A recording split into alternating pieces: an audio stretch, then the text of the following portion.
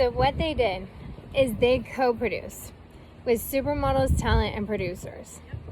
And they booked paid jobs through an agency with an agency rate by sticking to an agency rate. They worked for the most amount of the top percentage.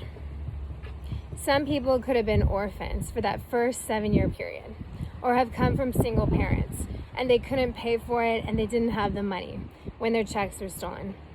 And every client broke the law.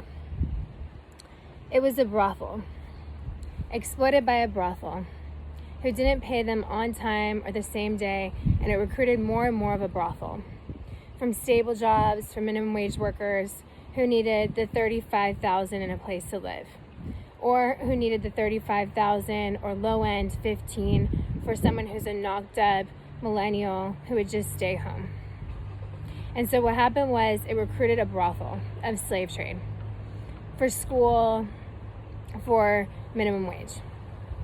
And so after 21 years, they only worked at the top percentage, being the top percentage, the most amount of the top percentage when they were full-time anti-slave trade supermodels, talent, and producers, and full-time artist teams.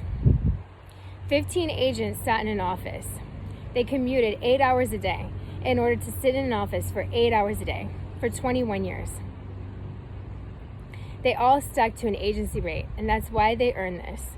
Bi-coastal and in Hawaii, or LA, New York based with one inland, or Orange County, LA, Palm Springs, or New York, Hamptons, and one inland.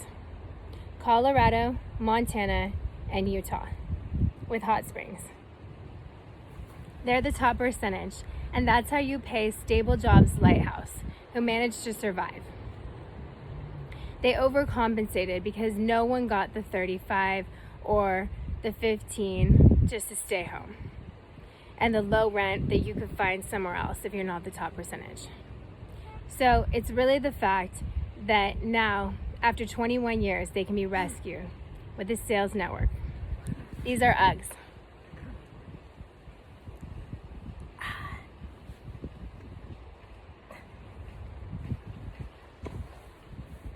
They're health bloggers, more successful than slave trade Victoria's Secret models, and they co-produce for life.